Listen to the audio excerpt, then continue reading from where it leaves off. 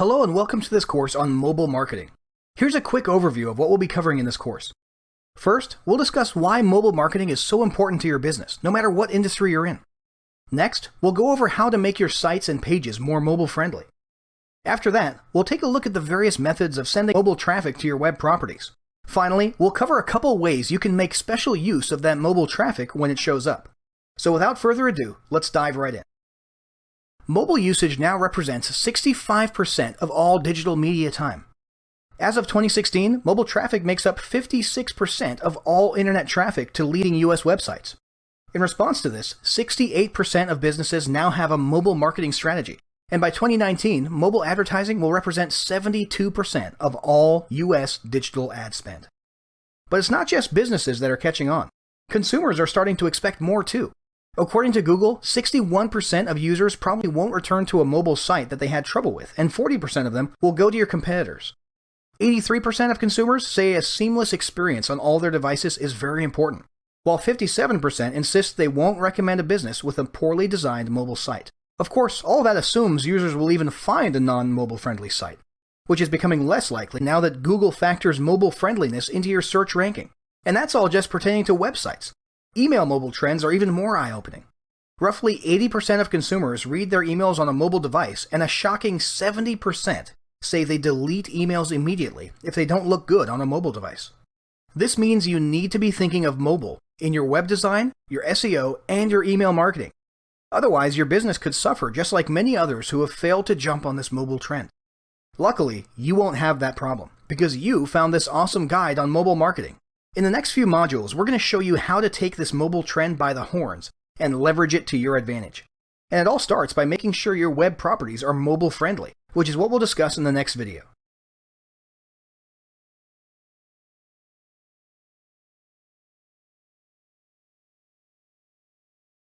The mobile marketing journey starts with making sure your web properties are mobile friendly. This is important for a few reasons. Firstly, it provides a positive and enjoyable experience for your visitors and customers, making them more likely to return to your site and more likely to speak and think highly of your business. Secondly, it caters to the fact that pretty soon a majority of your visitors will in fact be on mobile devices, if they aren't already. Thirdly, it'll help you get found on search engines. Google has made it clear on multiple occasions that it seriously factors mobile friendliness into search rankings, and if you aren't mobile friendly, this means you'll be missing out big time on traffic. So generally, there's two ways to make a site mobile friendly. The first is to create a separate mobile version of your site, and the second is to make your existing site or page mobile responsive. We'll look at each of these. So until recently, the first option, having a separate mobile version of your site or pages, was more common. Companies were either hiring people to build separate mobile sites from scratch on one hand, or on the other hand, they'd rely on certain site builders or content management systems that would conveniently auto-generate and update a mobile version in real time when things were added to their desktop version. For most independent internet entrepreneurs, it was the latter option, of course. For example, on your desktop site, you could add a headline to your homepage, and then a button, and then a cool background photo, and then a new navigation option to a new page, and poof, the mobile version of your site would immediately have an easily visible version of that headline, an easily tappable version of that button, and in the case of the photo, it would either shrink it and place it above or below your other elements, or it would leave it as a background, but it wouldn't really look right on vertically held devices, or simply hide the image on the mobile version altogether. As for the navigation option that was added, it would be added to a special mobile drop-down menu. Examples of the website builders or CMSs that did this, and maybe still do, are Weebly, Wix, and many others. So that basically worked out okay, but there were a few problems. In many cases, not all the functionality would be available on the mobile version of the site. Entire buttons, options, and elements would be missing either because the designers wanted to keep things minimalistic, or because the mobile web building platform they used didn't allow certain things. Many users didn't like this and made a habit of going straight to the bottom of any mobile page they found and looking for a desktop version link so they could simply enjoy the desktop version by pinching and zooming on their device. The other problem from a designer perspective was that it was difficult to fully translate the business's brand image and feel, and the full force of the desktop website presentation, like that stunning background image, onto these clunky, bulky, narrow mobile versions. Also, there were some problems with handling the ever-increasing number of mobile devices, from phones to tablets with varying screen sizes. For example, you might have people on full tablets getting stuck on weird, stretched-out mobile versions of sites on one hand, while other people with mini tablets might find themselves on the full desktop version of some sites. Adding the proper scripts to properly identify incoming traffic devices and redirect them to the appropriate version of the site simply became a pain in the neck. And this was complicated even more by the fact that many users had different preferences. Maybe the mini tablet owner did in fact prefer to pinch and zoom on the desktop versions. Maybe the elderly full tablet user who didn't always have his or her reading glasses handy preferred the larger, bulky, minimalist layout of the mobile site stretched to fit the full tablet's biggish screen. Point is, there was no way to make everybody happy, and few options for flexible multi-device friendliness. Then, along came responsive web design. So the question was this: rather than have two versions of a site and struggle to please the vast numbers of new screen sizes and devices, what if you could have just one version of your site that could then magically shrink and adjust in direct response to the size of the screen that it was being viewed on? The industry produced what were called responsive sites, and they immediately caught on. Depending on what type of CMS you use today, the mobile responsiveness might vary. An ideal responsive site will do the following.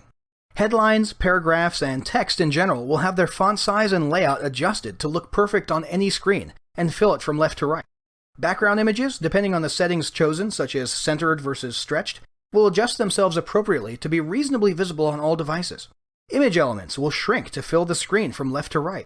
Other elements like buttons or product images that may be arranged in a left-to-right multi-row matrix or grid on a desktop site are rearranged to be stacked on top of each other in a way that fits any mobile device.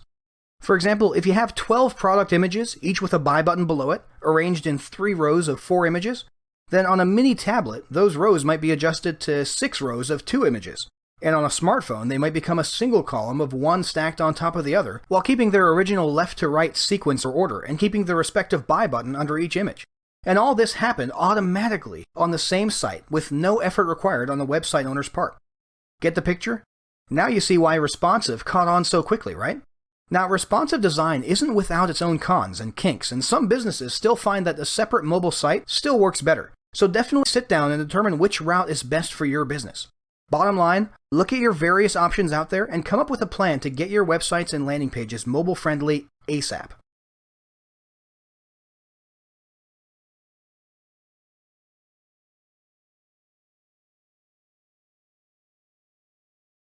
So once you've got your sites and pages mobile-friendly, you need to get some traffic to them. Depending on the purpose of your landing pages, you might be looking for mobile-only traffic, or you might be looking at indiscriminate traffic in general and simply want to ensure that traffic is treated appropriately based on the visitor's devices. In many cases, if your goal is something mobile-specific, like collecting people's primary best email addresses and real names via a mobile opt-in tool like Warlord Mobile Leads, then you'll literally want only mobile traffic coming to your landing pages. We'll focus on free and paid methods of driving exclusively mobile traffic first, then indiscriminate traffic methods. So let's say you're trying to collect super high quality email leads because you're tired of low open rates, fake email addresses, and all that jazz. In that case, you'd need to look at a tool like Warlord Mobile Leads to collect primary emails and real names without visitors needing to type any info into an opt-in form. Problem is, tools like that only work on mobile devices, so you don't really want to send desktop traffic to a page where you're using a tool like that. Likewise, perhaps you're trying to branch out into SMS text message marketing and you want users who see an SMS sign-up offer to be on their mobile devices when they see it. Point is, sometimes you're going to want exclusively mobile traffic. There's a couple ways to do this. Firstly, you can use paid ads that run only on mobile. The high-end version of this would be paid native ads on social media platforms like Facebook or Twitter. These ads, while slightly more expensive, can actually be the most cost-effective because of the quality of traffic they send. We won't go into great detail on how to create these ads since that's not the focus of this guide, but feel free to check out our other guides on Facebook and Twitter paid ads for more details. Suffice it to say, there's a very clear option in the creation process for these ads where you can choose to display the ad for mobile users only. Choose that option and all your traffic will be mobile. Another paid option is to use mobile-specific ad networks like BuzzCity or AdModa. These platforms let you target mobile users who are browsing on mobile sites or using mobile apps within these platforms' respective networks. Remember those annoying text ads that you see while using the light version of your favorite phone app? Yep, that's what we're talking about here. The benefit of this is that you can get your ad in front of a ton of people, and the clicks are very inexpensive, as little as 1 cent per click. The problem is that the traffic is much lower quality and less targetable. For example, if you're using native social media ads like Facebook, you can market your heart health related products to men over 50 in Texas who have expressed an interest in the American Heart Association, or a certain brand of heart medicine. Bingo! But if that's your target market and you're using one of these super cheap mobile ad networks like BuzzCity, then you might not see much success. These networks do have some targeting capabilities, but they're not nearly as specific or reliable as the major social media sites, so you should only use them if your target audience is relatively broad to begin with. Another newer option is Facebook Instant Articles. So Facebook Instant Articles is basically a big push by Facebook to create articles that show up in the Facebook mobile app newsfeed and render in the blink of an eye without people having to be directed to an external page or wait for the article to load. The great thing about this is that it doesn't cost money, and you guarantee that only mobile users are going to see these articles. So the idea is to add these articles to your content marketing plan and ensure they link or lead to a mobile landing page. This is a solid, non-paid method for driving mobile-only traffic. As for non-discriminate traffic, it's pretty simple. Just about every CMS will automatically show people the correct version of the site these days. Otherwise, you can use a simple mobile redirect script or plugin to redirect mobile traffic away from a certain URL and over to your desired mobile landing page. Of course, if your site is responsive, you don't even need to worry about this.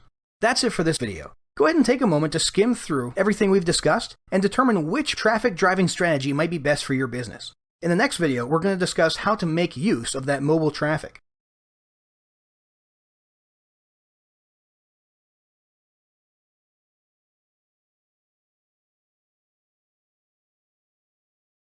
After you've got some mobile traffic coming your way, you might be inclined to make specific use of it. Now, the first general use of mobile traffic is more or less passive. That is, you get a good SEO boost from having a mobile site which has mobile traffic coming to it and staying on it because they enjoy it, rather than bouncing away within seconds because it's not mobile friendly, which hurts your SEO. The second use of having mobile traffic coming to a mobile friendly page is simply a positive brand image. Having an attractive mobile site reflects well on your business, makes people more likely to return, and makes them more likely to speak highly of you and share your business. This, of course, results in other things like mobile users clicking on your phone number to call your business or finding your opt-in forms or order buttons. But there's another, much more practical and specific way to make use of mobile traffic that hardly anyone talks about. And the reason nobody's talking about it is because it's brand new. This is literally a brand new state-of-the-art concept that was just introduced around early 2016. And it's still not very well known by most marketers. You see, it can be advantageous knowing what device people are on when they view your properties because of the different ways you can leverage those devices. Did you know that if a person's mobile device is prompted to send or prepare an outgoing email, by default, that email will come from whichever email account they designated as their primary email in their phone settings? This is a mobile-specific concept. Well, if you have mobile traffic, you can use a tool like Warlord Mobile Leads to actually create a little opt-in button that, when tapped, creates a pre-filled outgoing email with your choice of subject and body text, such as "please send me the free report" or something like that. And when the user hits send, that primary email address is added to your email marketing or autoresponder mailing list, along with their real name. Now, I'll give you a moment to rub your eyes and make sure you just read that correctly.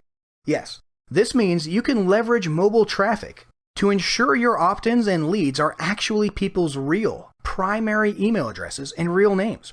This means your marketing emails end up in an inbox that is actually checked several times per day, and you can personalize subject lines with people's names.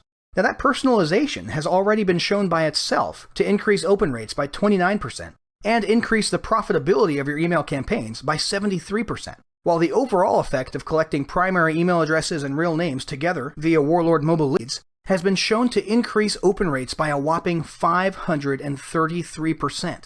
And no, that's not a typo. Now, email marketing and high-quality list building are not the focus of this particular guide, so we'll stop there. You can always check out our guides on list building and email marketing if you want more details on those. But the point is, if you're going to get mobile traffic, you might as well find a way to specifically leverage it. So, we've covered a lot about mobile marketing today.